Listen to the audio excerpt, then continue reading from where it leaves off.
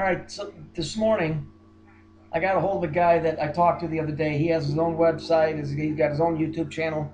For those that know me, and you know him both, you'll know who I'm talking about. But I won't bring up his name. It's not important. Um, I was talking to him, because for 12 years I've been studying the Saturn thing. Everything on this planet, every religion goes back to the worship of the planet Saturn. So I noticed some things that he has on his channel that I know what they mean, and so I called him, and we got to talking, and he told me, about this thing that's in the sea, which is the biblical abyss, and he's telling me what this thing is and how it works, and he's saying that this creature that looks like a big ant, and I've seen it, it's in that video I gave you. He said that thing it thinks, and it sends out images that bounce off the ninth dimension, and then they come back here and pretty much basically manifest themselves. And so we were talking about the miners, and in his opinion, they're not alive in the sense that we are either. Let me explain to you how I understand these guys, or what I think that these guys are. They're real in the sense that you can see them, but let's compare it to this. Let's say that you have a house that you were born in, you live there your whole life. You got married, you had kids, your mom and dad lived there, they passed away. So your whole life is within the confines of this house. And let's say that you go on vacation and you come back and the house is burnt to the ground. Well, let's suppose that your father left you the plans to rebuild the house. So you rebuild the house, and it looks identical in every way, shape, or form. But the minute that you walk in the front door, you realize that your house is not your house. The feeling to it, the memories, all of that stuff, the what you would call, for lack of a better word, the spiritual essence of it, it does not exist. It looks like the house. The doors all close and open like the house. The windows, everything is identical, but there is nothing there. So your house that is not the house that was, but it is the house that is. That's what these guys are. That's what these guys are. They are, for lack of a better word, the way he put it, they are an echo. In my opinion, they are nothing more than a carbon print of, or, for lack of a better word, they're just a remake of what they were, but they're not them.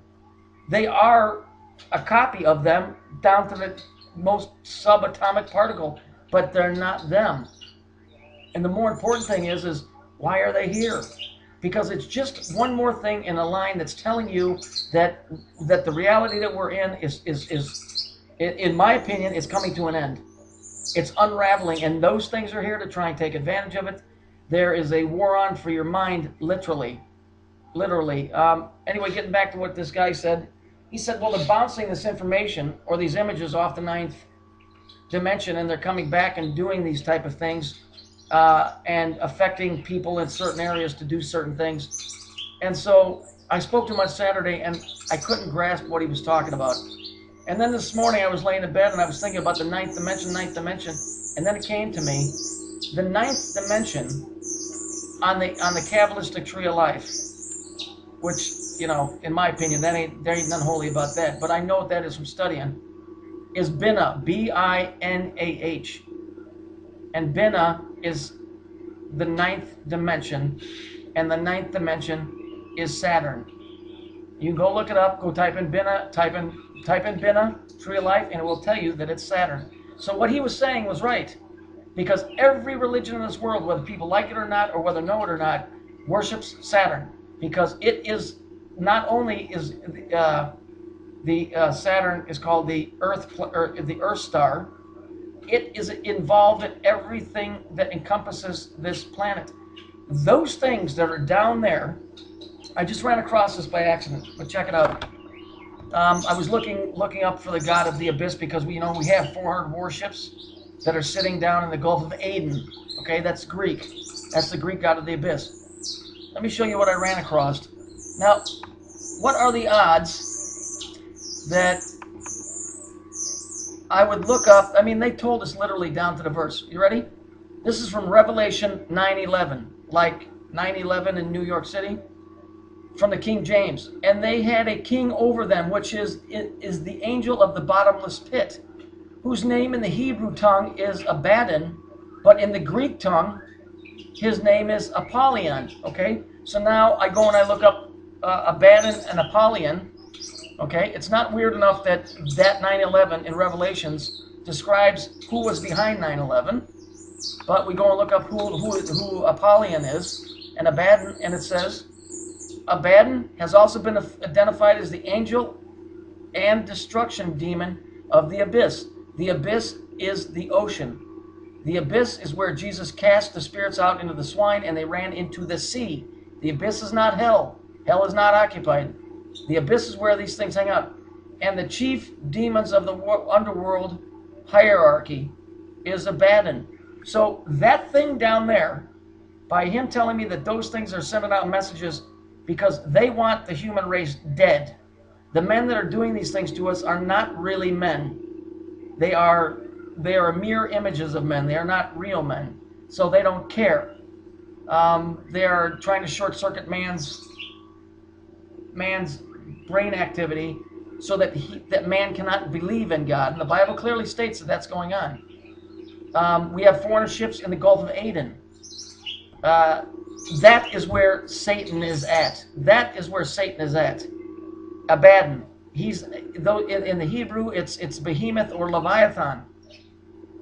And they're down there protecting that thing because I got a real strong suspicion the real creator is on his way back here and the shit's about to hit the fan. So this is known as the Golden Age or the return to the Golden Age of Saturn. According to this individual, the reason that they're mining the gold and stealing it, and I see this on TV all the time, I'm sure you do, where they keep saying sell us your gold, is because they need the gold. It's a catalyst. It's what's holding all the heavy metals together that they're poisoning people's minds and their bodies with. And I mean, all of this makes sense. That thing in the dirt, in the ocean, that you saw in that video is just one of thousands, but that is, in essence, the things that want to come back up here that have been stuck down there since the flood. And this cannot be coincidence. That the verse 9/11 in Revelations describes who was behind 9/11, and that the fact that that creature that's down there is named the same thing that the Bible describes as the destroyer of this planet, and that thing, according to this guy, says that that thing is bouncing mental images and doing stuff with time and space, bouncing it off Saturn, which I know is the god of time and space, and it's bouncing off the ninth dimension, which has been there's too much coincidence. You know, I mean, just the sheer fact. Stop and think. Did you know Obama left the country 2 days ago with 3,000 people and some destroyers and some cruisers, and he left with 3,000 people, and it's costing America $200 million a day.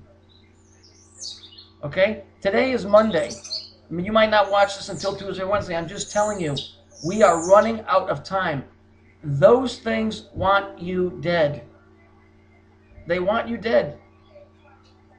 It's just the way it is. They want to reclaim the upper atmosphere where we're at. So don't think that the devil is some dude in a red suit with pointy horns and a pitchfork. That comes out of that's a Catholic rendition. But the pitchfork is right because that goes back to Trident, who is the god of the abyss.